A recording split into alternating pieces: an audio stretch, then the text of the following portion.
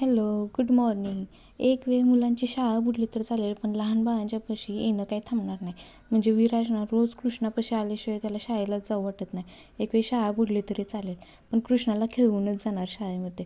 तर दुपारी पावसाचं वातावरण झालेलं होतं, जास्त असं अंधारून पण आलेलं होतं, वारं तर भरपूर सुटलेलं होतं आणि थंडीही वाजत होती. त्यासाठी ना मी कृष्णासाठी एक मिशोवरून पार्सल मागवलेलं होतं. तर हँडग्लोव्ज आणि सॉक्स होते त्यामध्ये.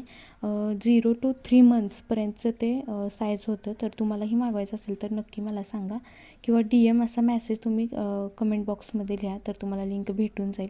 आणि सॉक्सची क्वालिटी तर मला भरपूर जास्त आवडली. तुम्ही बघू शकताय किती छान कलर कॉम्बिनेशन आणि त्याची साईज वगैरे पण परफेक्ट आहे. त्याला अगदी छान असं बसलेलं होतं.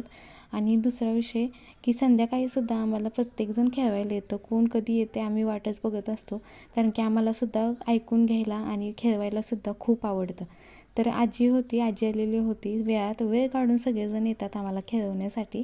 तर काकी आलेल्या होत्या बाळाला घेण्यासाठी.